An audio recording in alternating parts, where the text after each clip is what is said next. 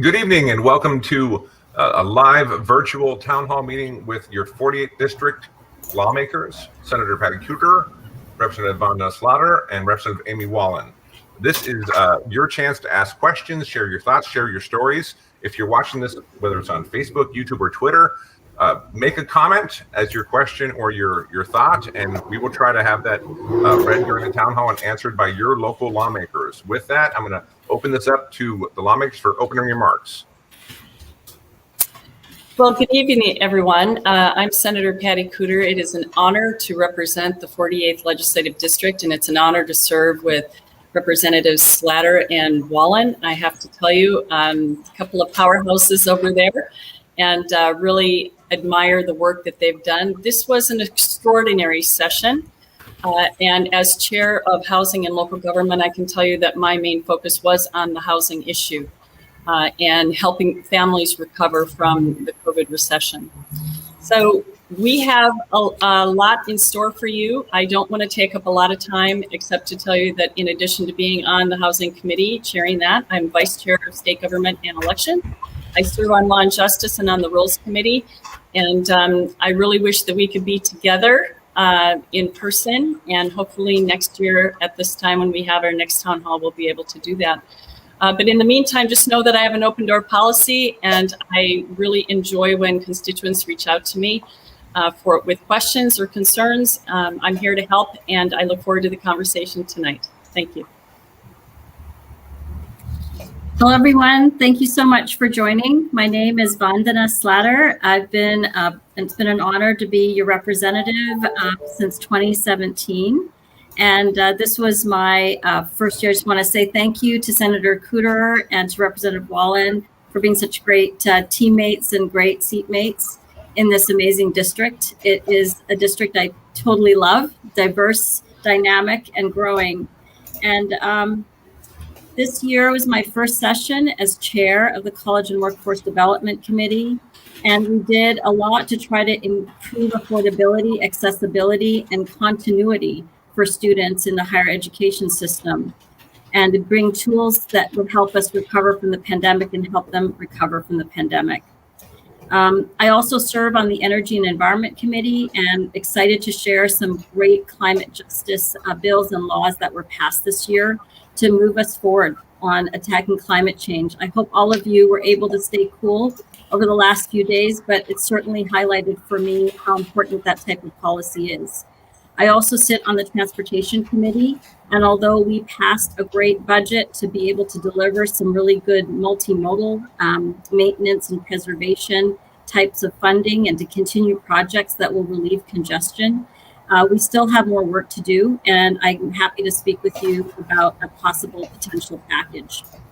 I'm proud of the work we did as a caucus. I think that today is especially a really great day because it's the very big step toward recovery from COVID. All took a toll on all of our families, our educators, our frontline workers, our businesses, and everyone in our society for the past year. And everyone, this district in particular, and our communities in Washington State were so resilient and so awesome to be able to stay the course, so that today we could actually open and remove some restrictions and bring us a lot closer to emerging from this pandemic. And so I'm just really excited to share to hear what you have to say and to share our thoughts with you and to share the work that we've done to try to create a more inclusive, recovering, and growing Washington. Thank you. Good evening, everyone. My name's Amy Walen, and it's also my privilege to represent you in the 48th District. I'm incredibly proud of our district. We are diverse, we are entrepreneurial, we are creative, and we care about each other. And that's what's gotten us through COVID, and there's still many challenges that remain, but I'm proud of this community, and I'm very honored to be your representative. I'm actually in Olympia today. I made a little scheduling mistake, so pardon the noise in the background. I'm in Olympia and just very glad to be here and really interested in what you have to say tonight. It's our turn to listen, and we're excited to hear what you have to say. Very, very proud to serve with the two amazing women that spoke just before me. and excited to go to work for you. Thank you. Thank you so much for those comments. And thank you to everyone who's listening or has posted a question for this virtual town hall for your 48th District lawmakers. The first question is from Samantha, and she asks, remote testimony allowed so many more people to participate in this legislative session. What do we need to do in order to keep this option moving forward? Samantha, great question. And, you know, it was one of the silver linings of a remote session that we found is that way more people from all over the state could participate in our committee hearings.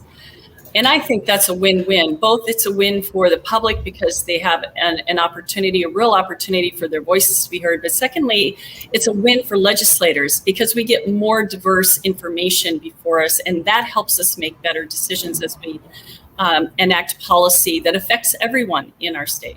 So what we're doing, we actually have a lot of us that are already in favor of keeping at least a hybrid version.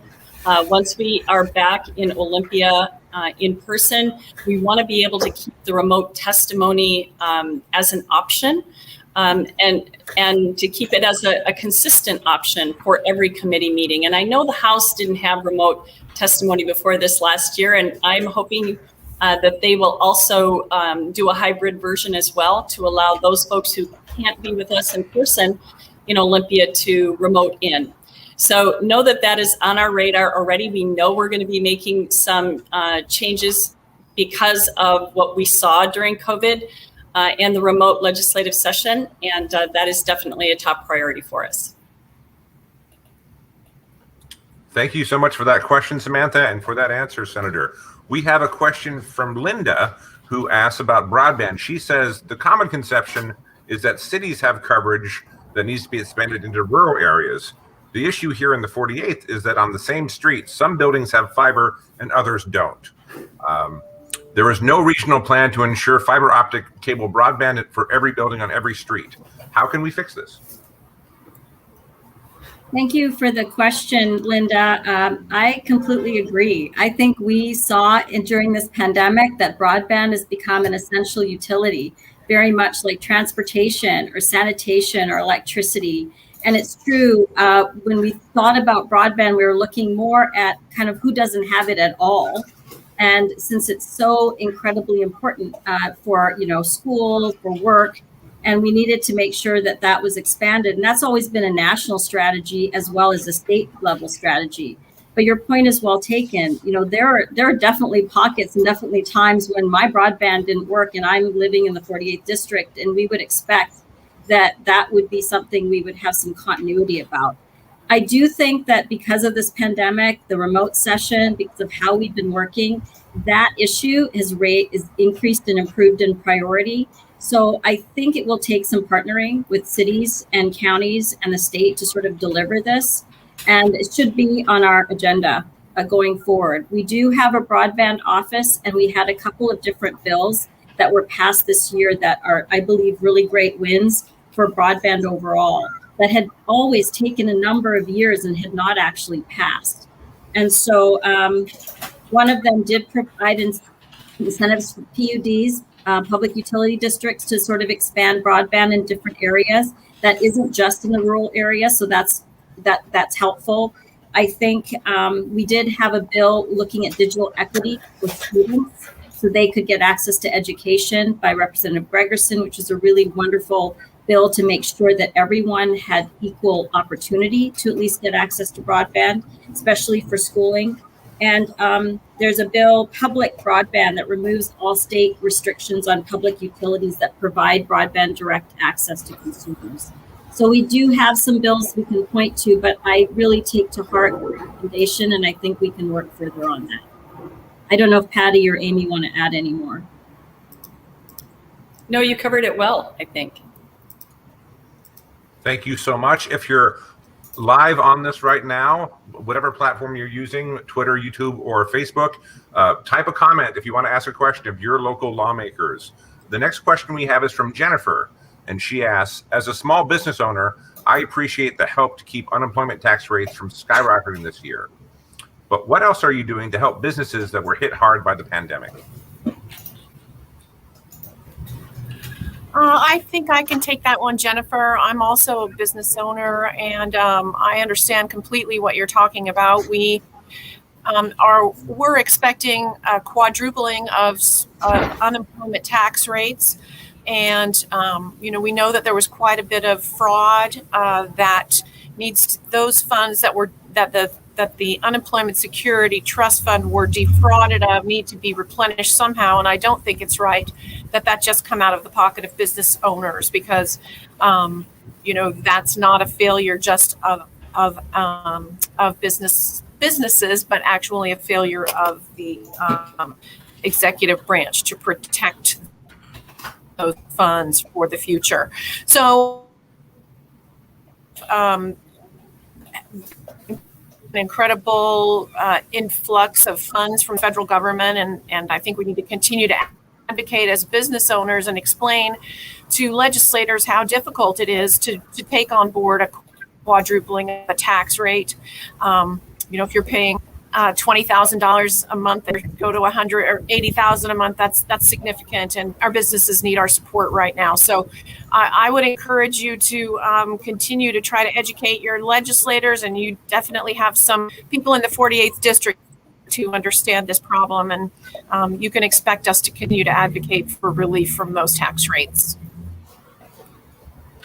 Thank you so much for that question and that answer. If you're listening or watching, please type a question into the comment section to ask a question of your local lawmakers. The next question comes from Yoshiko, and she asks, after an impressive session addressing police accountability, what are your next priorities regarding policing?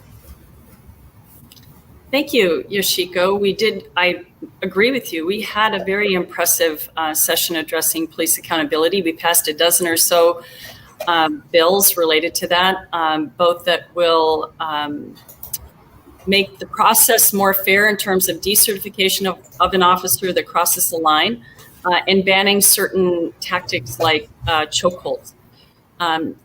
But you're right, too. There is still more work to be done. In fact, I had a bill to address applicants coming into law enforcement. There had been a study done about a decade ago by the FBI that showed that we have an issue in law enforcement with a large number of white supremacists going into law enforcement. And I think that, that our law enforcement, most of whom work very, very hard and do a great job, but they also need to reflect the community that they're policing. And I think we've asked a lot of them, and we need to change, I think, how we look at law enforcement. So one of the things that my bill does is it raises the age of a law enforcement officer from 20 and a half right now to 23. It also has an educational component built into the bill. And that is because we know from studies that if there is higher education involved, there is better problem-solving skills utilized when dealing with citizens on the street. And it also encourages people from certain backgrounds to come into law enforcement. Those who have maybe worked in a domestic violence shelter, those who have worked in a homeless shelter, those who have worked in a mental health clinic.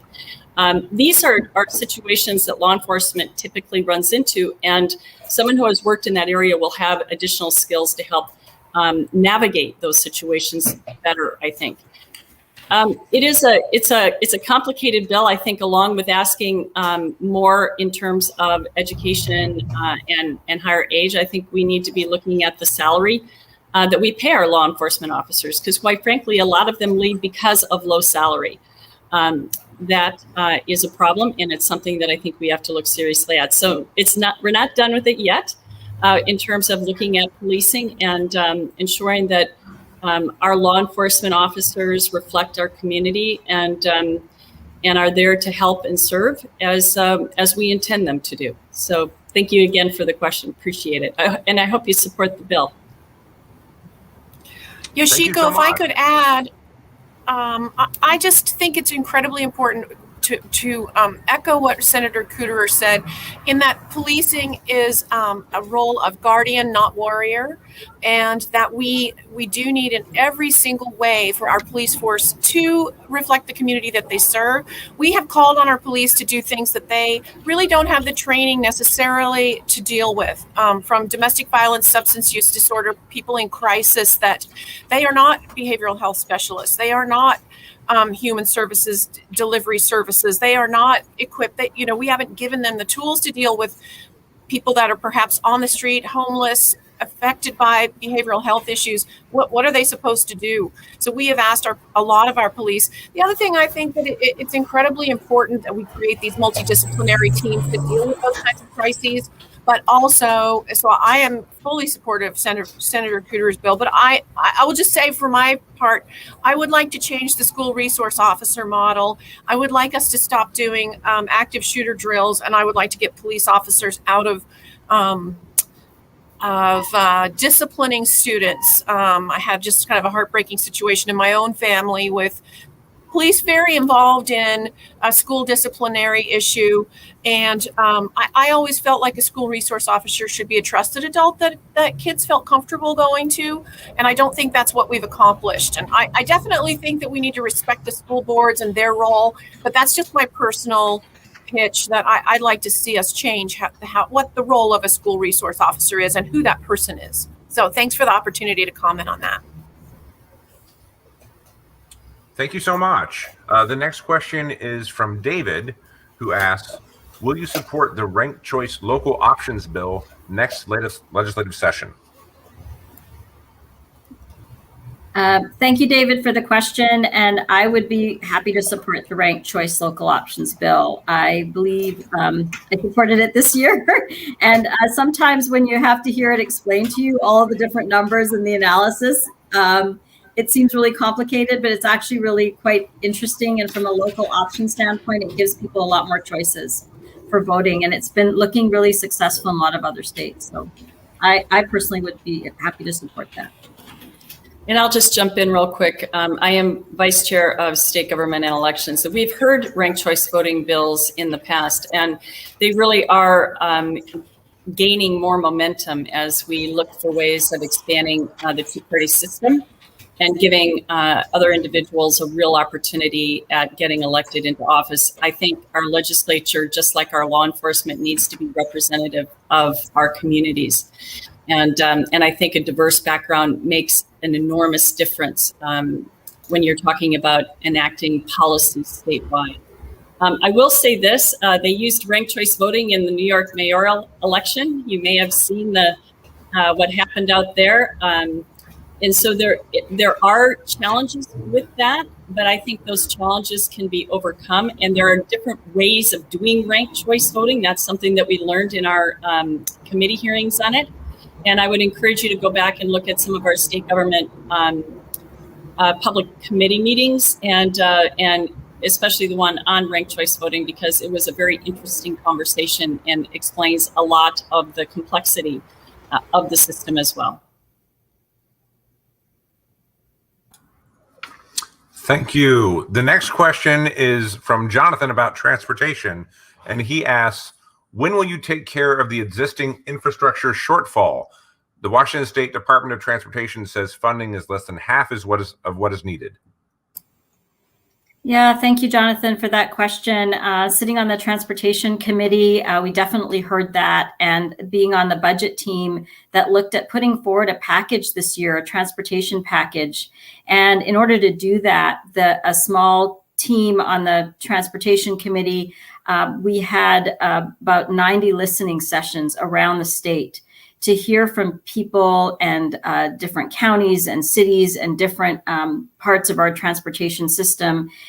What is most important? What is most meaningful to you? And we definitely heard that infrastructure was a key issue, that maintenance and preservation was a priority. We heard that multimodal options are a priority, that carbon was a priority, that just social justice, accessibility to transportation was also a priority.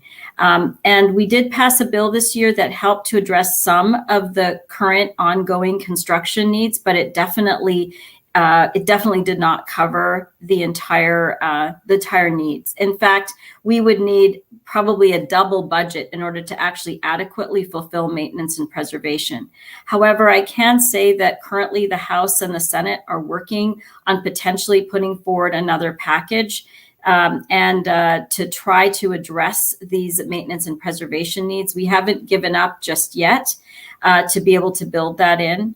The current budget was around $11.8 billion that we passed this session. Normally it's around 10. We got about $1 billion from the federal government, about 600 or so that went to culverts because we have a Supreme Court ruling that says that we need to remove culverts so that salmon can retain their habitat, and also $400 million to backfill COVID-related drop in toll revenue, which is a really important place where we actually continue to maintain infrastructure of our roadways.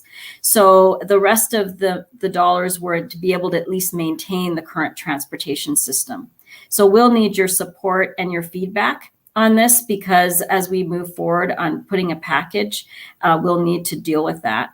I would like to say that transportation is 45% of greenhouse gas emissions in our state. So we just passed the Climate Commitment Act, which is a cap and trade bill. And we'll probably talk about that maybe in the next few questions here. But basically, it will deliver $5 billion or so over the next 10 or so years, maybe a little less, to transportation.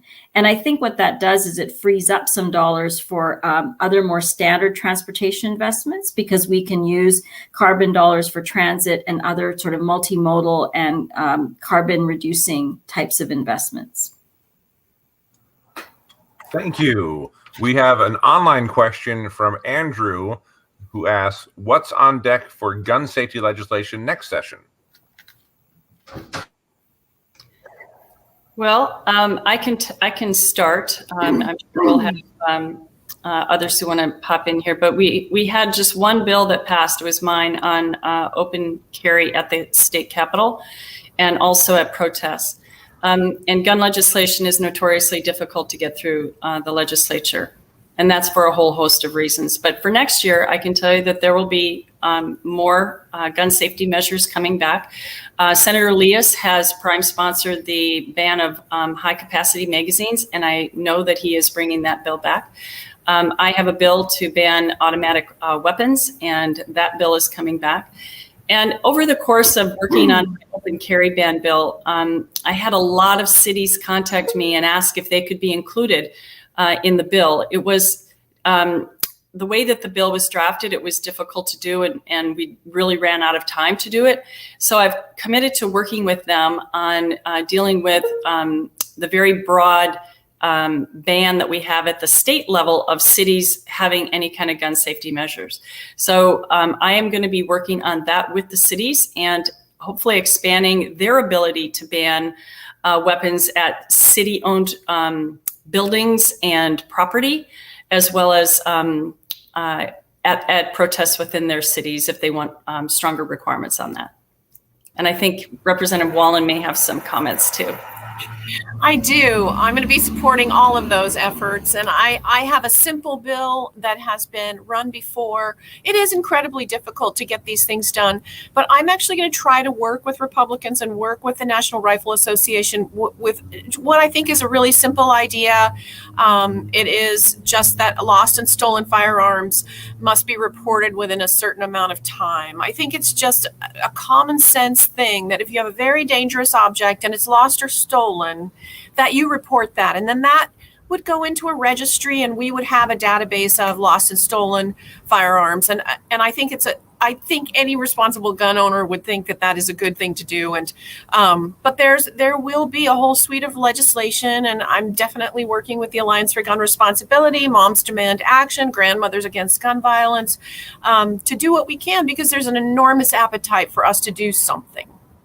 So thank you, Senator Kuderer, for your leadership on this issue, and we'll be partnering up again on this, I think. I just follow your lead because I'm just surrounded by such amazing leaders in this space. So very supportive of all this work. Thank you. The next question is about rent and evictions. It's from Lynn, who asks, free rent is a program that is not taxpayer funded. The burden is solely on certain individuals. What is being done to help landlords recoup more than a year of losses?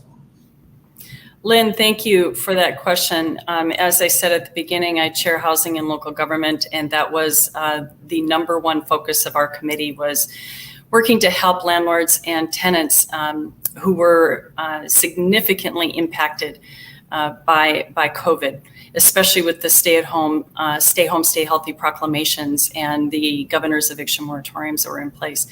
Early on in the session, we passed a bill that put $120 million into Commerce's hands to distribute to local organizations in every county to get to landlords and to help tenants climb out of the rent that was due.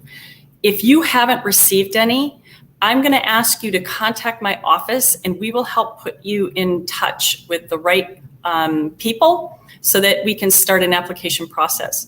Because since that initial early action was done, we have put hundreds of millions, nearly $1 billion into emergency rental assistance.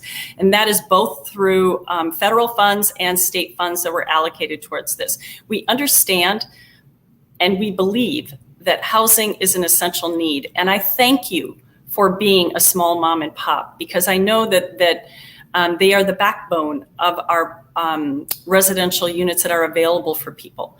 And we know that we've asked a lot of you, and we have set aside funding just for small mom and pops. And this is true whether your tenant has left or is still there and has been unable to pay. So I encourage you to reach out to my office, and I'm happy to help you with that. But we know there's more to do. And we have put in place with the passage of 5160, which was also my bill, a program that puts landlords and tenants together through a mediation process that is pre-court. So the goal here is to keep both landlords and tenants out of court. That's a win-win-win for everybody. It's a win for the landlord, it's a win for the tenant, and it's a win for taxpayers, because we're not burdening the courts, I should say, and overwhelming the courts, I should say, with a lot of eviction filings. And we are very concerned about that, because we have roughly nearly 200,000 families that are behind in rent. So we're working with Commerce, with the governor's office, to streamline this process to make sure that at the mediation, we can have a resolution for the tenant and the landlord, and the money gets paid directly to the landlord. And I want to be clear on that. So all of the funds that have been allocated for emergency rental assistance do not go to the tenant. They go to the landlord. And we have allowed for the landlord to make application, especially when there is a difficult communication time with the tenant. We know that there have been difficulties in that area, hearing from other landlords. There are also exceptions, I want you to know, to the proclamation that have banned evictions. If you're going to sell your property, if you're going to own or occupy it, are two of the top.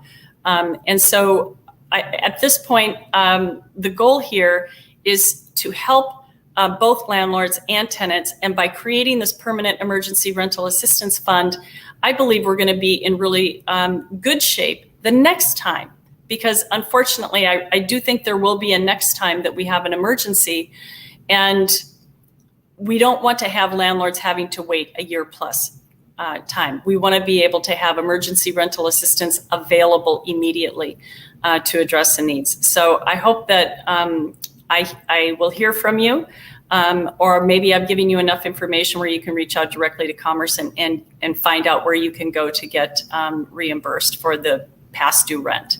And thank you again for being a landlord. Like I said, mom and pops are critical to our housing inventory. We know we need to expand housing inventory. And we are also looking at a registry, which would, if we had it, it would have helped us reach out to small mom and pops in particular directly and be able to funnel emergency rental assistance to them much more easily.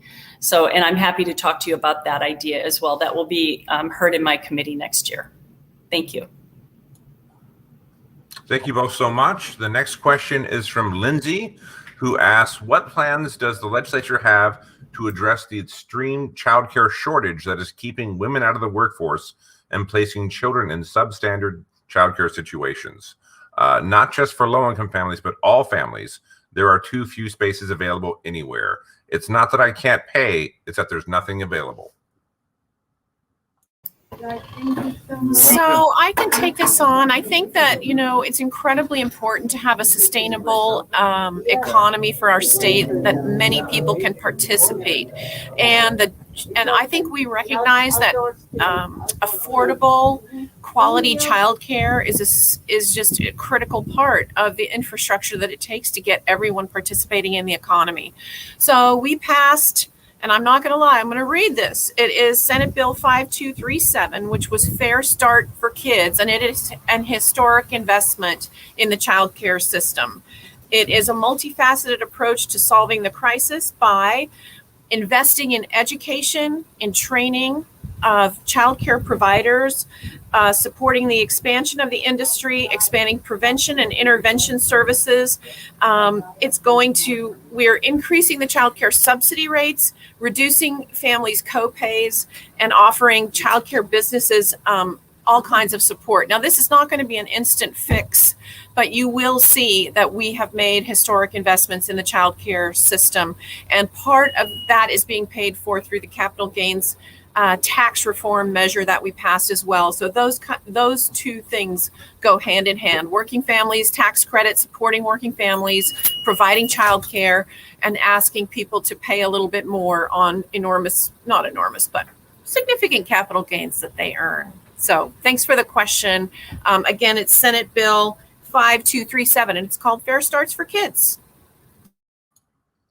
Thank you so much for that question and that answer. We now have a question from Pamela for Senator Kuderer. Pamela asks, why are ADUs, accessory dwelling units, important for housing, and what should be done at the legislature about them? Great question, Pamela. ADUs, accessory dwelling units, are important for housing, first and foremost, because they add density in urban areas. And it also leverages existing infrastructure in a lot of cases. You can have an attached ADU, one that, you know, the typical example of that would be like a mother-in-law apartment. Or you can have a detached ADU on your property. We have been streamlining the process. We have passed legislation to incentivize the building of ADUs. One of the bills that was mine was to allow for a property tax exemption for a finite time for anyone who did build a detached ADU. And unfortunately, that did not make it over the finish line, but that is coming back next year as well, because I think that financial incentives are a way to help encourage the building of ADUs, which again increases density in areas where we want to see that increase and leverage the infrastructure that's already there.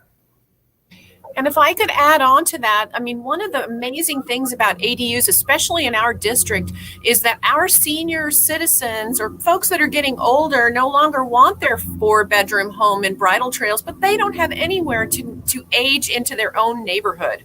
So accessory dwelling units are a way that the older generation can move into the ADU, the younger generation can live in the main house, and then they have the support of a multi-generational family in raising their kids. I mean, ADUs are just magical, in my opinion, and add incrementally to housing supply, but also support families and support childcare and build community. They're a beautiful thing, and Senator Kuderer is doing amazing work, but also the cities in our district have been taking the lead. In fact, Redmond has done a terrific job of saying, if you design one of these kinds of ADUs, you can have an expedited permitting process. So we at the state are trying to catch up to our cities and give all the support that we can. And this tax incentive is going to be very important to do that. I will add one other thing, I'm sorry, real quickly, and that's shared housing. Which is, we did pass Senator Lewis's bill to remove the prohibition on a certain number of unrelated people living under the same roof. And that, of course, is limited by square footage of the house. You can't have more people than the square footage would allow and that's determined by the fire marshal. But I think that is a really critical bill as well, because that allows unrelated people to live together as roommates. It's sort of like the Golden Girls example. I actually knocked on a door in my district where a adoptive grandmother, I'll put it that way, was living there with a young woman who was a nursing student and her 2 children. And, they found each other by happenstance.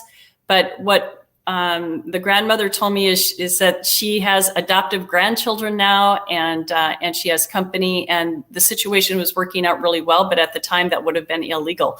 So I think it's important that we expand our vision when it comes to housing so that we can maximize what we have, but also understand that we do need to increase inventory at the same time. Thank you so much. We have another question that's coming from Teresa, who asks, why is the state slowing down the conversion to electric vehicles? Thank you for the question, but I'm not sure what Teresa is referring to about that. Teresa, I'm not sure if you're just referring to a bill or some policy that I'm not aware of. I think that we definitely would like more conversion to electric vehicles. We definitely want to work in the direction of reducing greenhouse gas emissions. We are looking at clean fuels. We passed a clean fuel standard this year, which actually changes a lot of the fuel makeup to become more biofuel, which we do produce in our state, but we end up exporting it to other states that have a clean fuel standard. We did a green transportation bill in 2019, I believe, and that was to encourage cities to adopt alternative fuel infrastructure for transit, for buses, for their fleets, and to build electric charging. So I think it's kind of a combination of not only conversion to electric vehicles. We certainly know that manufacturers are moving in that direction. They're making a lot of goals that they're going to have full electric fleets or full electric vehicles by certain years, like 2035 and even earlier, major manufacturers. So I think that there's definitely a very important trend towards electrification in vehicles. This year, a bill that we passed was a mapping bill, actually, to publicly map and forecast locations for electric vehicle chargers. So part of the question around electric vehicles is also around the infrastructure that you would need to charge them. So for example, if I bought a fully electric vehicle and I lived in an apartment building that didn't have a charging place for it, and I only had a range of 100 or 150 miles, where would I charge that vehicle, and how would I know where to go, and would it be worth it for me to do that? So we have some options for some pilot projects out there so that we can help those with low and middle income maybe get access to these types of vehicles, but we still need to build the infrastructure for that. So that could be why, if there is a slower conversion from your perspective, why that might be the case. But we did pass a bill to address some of that this year, so very proud to support that. Hopefully we got to what you were asking. Thank you so much for that question and that answer. We have a new question from Marco, and Marco asks, there's a ton of misinformation about the work you did regarding increasing diversity in schools and colleges. Can you please explain how this is going to be done? So, Marco, I'm not sure. Yeah, I think that there is a lot of, we've had a lot of work done to be able to deliver diversity, equity, and inclusion understanding, not only in many different in our state agencies, but also in our education system. I think that it was a value of the caucus and the legislature to be able to address those issues. And there were several bills that were passed in higher education in order to address diversity, equity, inclusion, and anti-racism training and supports in community technical colleges, as well as in our university and educational system, and also in our K-12 system. And I think that that there is misinformation out there about how that's to be done.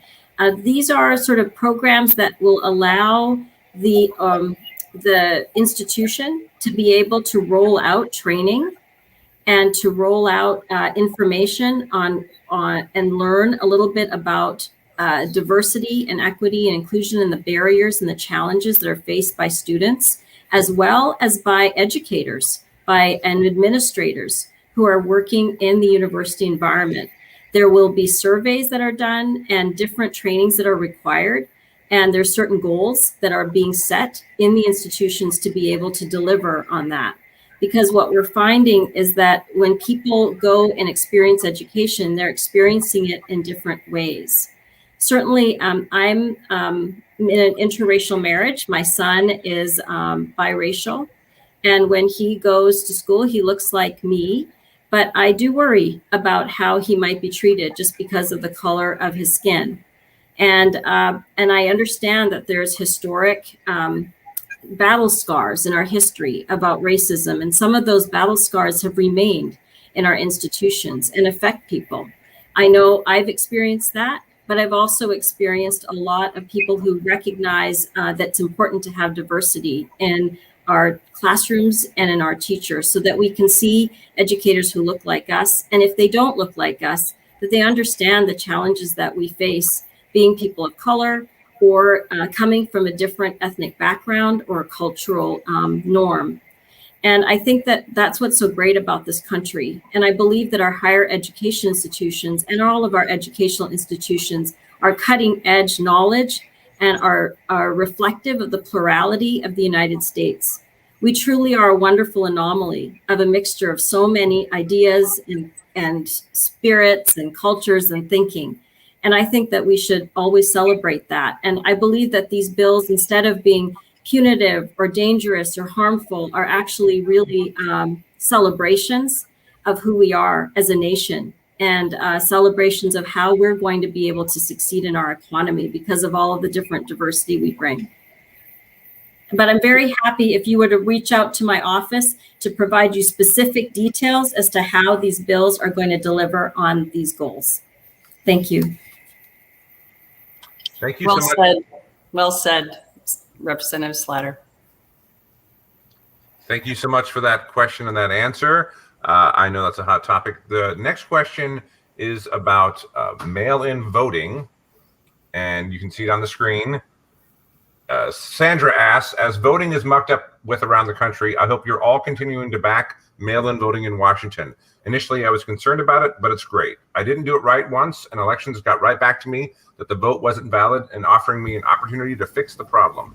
I'd hate to see this compromised. It allows me to be more thoughtful in my voting, and I realize this will involve some federal influence. Thank you so much for that comment, Sandra. I had exactly the same experience with elections where they rejected my signature. And I have a lot of confidence in our system. And actually, I think it's an access issue. It's hard to get to polls. And we certainly saw that during the pandemic. It could have, if we didn't have mail-in voting, we would have far lower participation. I'm really proud of the role that we've taken in Washington State, showing that mail-in voting it works. It's accurate, it's trustworthy, and it allows more people to participate. So I completely agree, and I think you can probably count on all three of us to be supportive of mail-in voting. We have some work to do on our ballots, but Senator Kuderer is going to be doing that work here. Well, yes, and I definitely appreciate the question very much because it gives us an opportunity to highlight all of the misinformation that's out there about mail-in voting. There isn't some secret conspiracy or open conspiracy to flip ballots and change names and all that. It doesn't happen. And I have to tell you, I received an email, I think we all did, from someone who was questioning the election here in Washington State, the 2020 presidential election. And what was apparent to me in the exchange between the person from the Secretary of State's office who was responding to this individual is that he's already convinced that there is a vast conspiracy out there, and the facts are not going to matter. But the reality is this: Washington has the gold standard when it comes to voting. Our system is mail-in. That means there's a paper trail. We have countywide counting, initial tabulation, that means it's decentralized, which means it's way harder to hack. And on top of that, the tabulation is all done offline, which means it's not connected to the internet, so no one can get in there and change votes. It doesn't happen that way. More often what you have happen is what happened to Representative Walen and to you and to me, where the voter makes a mistake and you get contacted by the director of elections or someone at the elections office, and they give you an opportunity to fix it. And that is why Washington stands way above the pack in terms of voter turnout, in addition to voter integrity and reliability. The last thing I want to say about the voting system in Washington state is that we have independent audits here. And that was a bill that we passed, 4 years ago, we passed the Access to Democracy package of bills where we expanded access to the ballot box. And we did that for all eligible voters because we understand that we want to make it easier for people to cast their vote, not harder. We don't want to make it more difficult. We want participation. And we have found, as you pointed out, that you have a more thoughtful approach to it. And we passed a bill that allows for same-day voter registration and voting. That has been a huge success. And contrary to the people who didn't like that bill to begin with, and it was my bill, they didn't like it because they felt that people were not prepared to vote. They weren't thoughtful enough about it, but that's not what the data tells us. The research tells us that people have been following the election, they've been following the candidates, they've been doing the research, they just haven't gotten around to registering to vote. So we got rid of an archaic system, put in place one deadline, very easy to follow now. And as a consequence, Washington consistently has one of the highest voter turnout in the country. And I'm proud of our elections. I'm proud of our Secretary of State's work and all of the election officials across the state. They have done tremendous work. And I'll tell you one more thing. I'm sorry, but this really riles me up just a little bit. We had to pass a bill to protect the safety of election officials in our state because they were getting threats on their lives because they were doing their job. And I find that repugnant. And so we passed a law, and if that happens again and we catch the person, trust me, they will regret having made that threat.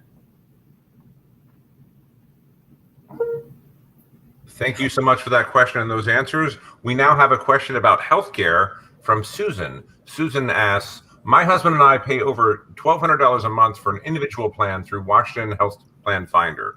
We have a $12,000 per year family deductible, and we have had to really search at times to find a doctor who accepts our insurance. Is there anything state lawmakers can do to make health insurance more affordable?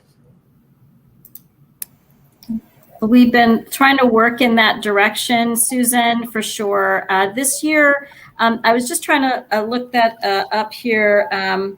We have something called Cascade Care 2.0, which was sponsored by Senator Frocht. And I think we'd have to get some more detail for you, but it does provide some premium subsidy and cost sharing possibility for people who are in the Cascade Care, which is via the Health Plan Finder. So if you would qualify, and it would be individuals, families, and the most vulnerable as well among us. I'm not sure if you'd qualify, but we could certainly check that out to see if you could get some relief based on this current law. However, this is something that we are working on because it is an issue, and we certainly saw it in the pandemic that this is probably one of the most important things we can do, not only strengthening public health, but access to healthcare. And we did that using, telemedicine and other different tools, but we have a lot of work to do. Senator Emily Randall also put forward a commission to take a look at universal health care as an affordability option for us, because we've been working sort of more incrementally through Cascade Care to provide better resources for people. But thank you for your question. It's an important one. It's something that we need to stay focused on. And if you want to send an email to any one of us, I think we could probably find out whether or not you might be eligible for some subsidy here. My email, I think we'll provide it at the end, right, Guy, of the program? Yes, we will. Okay, thank you. The failure of the federal government to address comprehensive health care for all Americans makes us as a state of Washington want to make up for that lack and that failure. We need a single payer health system. We need the government to negotiate the cost of medicine and prescriptions, and that's how we will ultimately manage healthcare. It's very frustrating to us at the state level to be trying to solve problems that the federal government should be doing. We know, however, that the federal government often cannot act. We have a more nimble situation in the state of Washington, so we try to do our very best. But I think a single payer healthcare system is the way that we need to go, with still having an option to buy supplemental private insurance. I mean, that's the model that I would like us to see, similar to what I grew up with in Australia. I may be biased because I love my second home there. I will say that your comment about having a doctor not take the plan is a little concerning to me. So I'm going to discuss that with my colleagues, because if we've got doctors that are in other ways being supported by the state's infrastructure, they need to take the state's health plan. So stay tuned and we'll take a look at that. Yeah, I completely agree with my colleagues' comments. I think that they're spot on. We do need to move toward that. I personally think that investing in our citizens' healthcare is one of the best things we can do. That and education, I think, pay the best dividends for people. And I think we also, in addition to what they both said, I would just add that we need to detach healthcare from employment. If the pandemic showed us anything, is that is a really foolish model. And, and that happened by happenstance. That was not something that was thought out and someone came up with this and said, this is a really good way to go. That was the result of World War II and Congress passing a law capping salary to try and encourage people to go into the military. So that's how that happened. And there isn't another country that created a healthcare system after us that said, we really think what the United States did is really smart.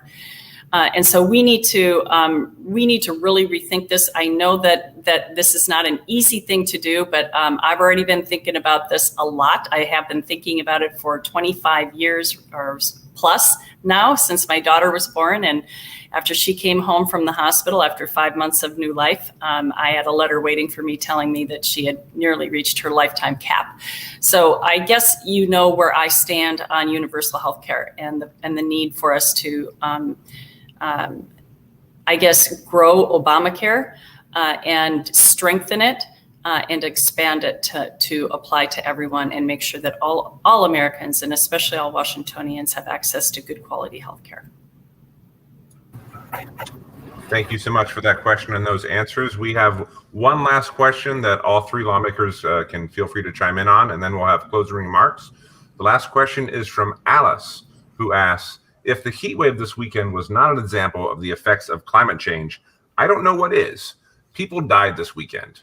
What are we going to do to preserve the planet? We only have one, 100%, Alice. There is no planet B, and I have that pin. It's very important that we protect our planet, and it's time. And, for 3 years, finally we passed a target that was a Paris climate emissions target goal. And we actually utilized that target goal to deliver 2 pretty big bills this year that we're really proud of. One is the Climate Commitment Act, which is a cap and trade bill that, and I'm just going to read a little bit to you. It's comprehensive and economy-wide program to limit greenhouse gas emissions, reducing pollutions in overburdened communities. And it basically applies a statewide emissions cap that applies to the largest polluters in the state. And it gradually ratchets down that cap so Washington can meet its goal of net zero emissions by 2050. That's a pretty big bill. It creates a market for polluters to buy and trade pollution allowances, something that is in California right now, but we are looking at it that is in a more specific way for Washington State, because we have kind of a different energy portfolio with a lot of hydro as well here. We also passed a bill that was called the Clean Fuel Standard. That one is a little bit more controversial because we've long demanded an action to climate change, but we're definitely needing to move forward and on climate action. And of course, our governor is committed to that. And this year, the legislature was as well. And essentially, Washington is the only state, the only entity, I guess, on the West Coast, because there's British Columbia, Oregon, and California that all have a clean fuel standard. We produce clean fuels in our state, and we send them to those states. Basically, what this says is it directs the Department of Ecology to establish a program that limits the greenhouse gases that are emitted from transportation fuel energy. And I don't know if you were here earlier in the town hall, but we talked about transportation as being about 45% of our greenhouse gas emissions. And so it brings that down to about 20% below 2017 levels by 2038, which is a significant standard. People worry that that might increase gas prices. So it's been a tough conversation for different people who work with, looking at the transition over time from, to cleaner fuels. However, it also is an opportunity to build our production sector of these clean fuels, and it can actually spur our economy, we believe. And so we think we're going to see some really significant advances on climate action because of these two bills. And I have to say that we also took a really strong look and stand on environmental justice, which is essentially looking at communities that are overburdened with pollution, with carbon pollution, because of the different transportation structures that pass by their cities or their neighborhoods. Because you shouldn't have to die 10 years earlier just because you live in the wrong zip code. So each of these bills have different elements of environmental justice built into them. So the most overburdened communities are also protected. I'm very proud of what we've done this year. We can't stop. We are going to look at clean buildings, electricity. We're going to look at our grid over the future. And I think you'll see some really interesting other bills come out. But I think we've made some really important steps, and very proud to say that, particularly after this heat wave. Thank you so much for that question and that answer. If you are on this broadcast and you didn't have a chance to have your question answered, please wait till the end and get in touch on the contact page with your local lawmakers to ask your question and get an answer. We're now going to go to all three lawmakers for closing remarks. All right. Well, I want to thank everyone for joining us tonight and taking time out of your lives to spend with us. When the legislature convened in January, we were facing a potential economic catastrophe. We were dealing with a pandemic. There was political violence around the country and in DC. We had an uncertainty of a mostly remote session. But despite those challenges, the Senate Democrats and the House Democrats, we met the moment, and we made bold investments in the people of this state. We were putting people first. That was our theme. That was our intent. That was our goal. And that's what we accomplished.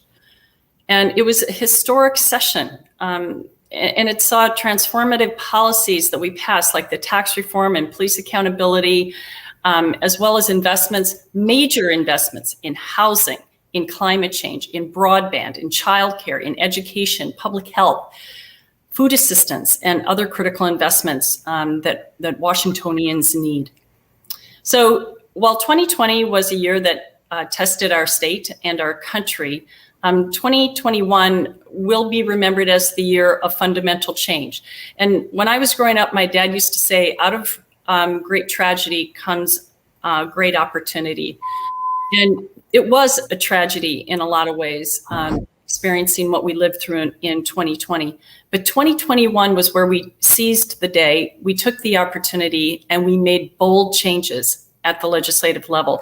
And I'm proud of those. And they will pay dividends for the people of this state for decades to come.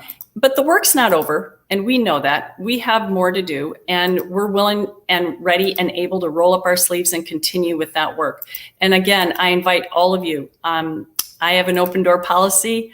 I love to hear from you. Please reach out to me with your questions and concerns. And thank you again for taking time out of your busy day to spend with us.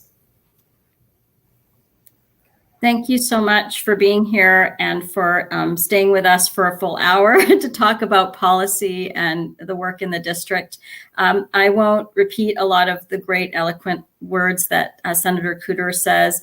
I completely underscore that. I think it was a consequential session.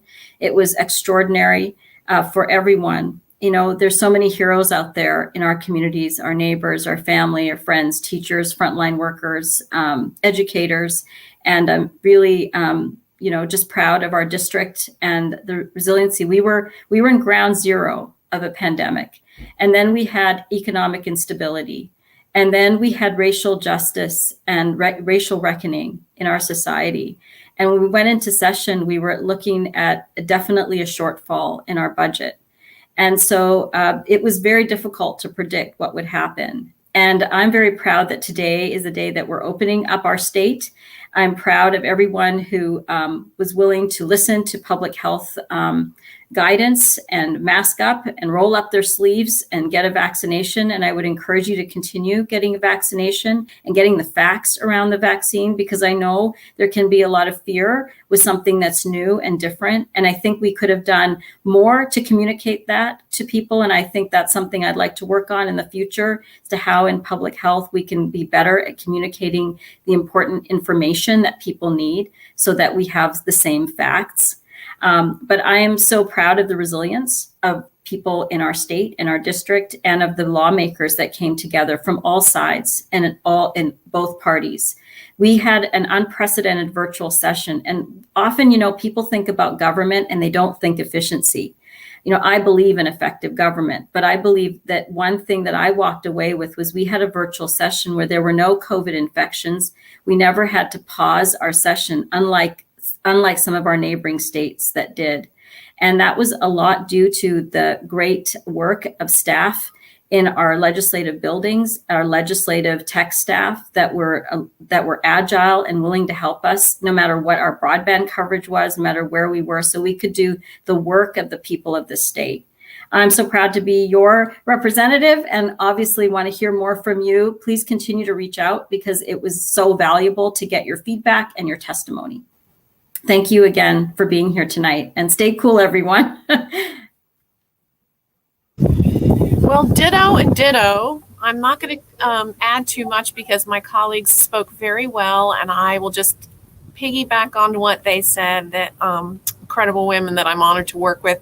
I will say I know that there's still people suffering. We know that small businesses are suffering. We're still struggling with unemployment claims in our office.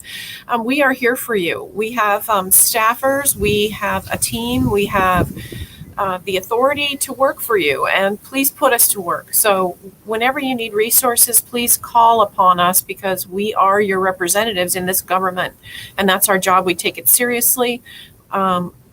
I certainly am humbled to serve you and to work for you, and I appreciate your trust in me. We have work to do to rebuild this economy, to get people stably housed, to get people back to work, to get childcare in place. We're aware of the challenges, and I'm so happy you asked us these honest and difficult questions tonight, and you inspire us to work harder for you. And I want to thank all of our staff who put these events on. This is not easy, and they do just a terrific job supporting us, and we want to do a great job working for you, and they help us do that. So thank you so much, and good night.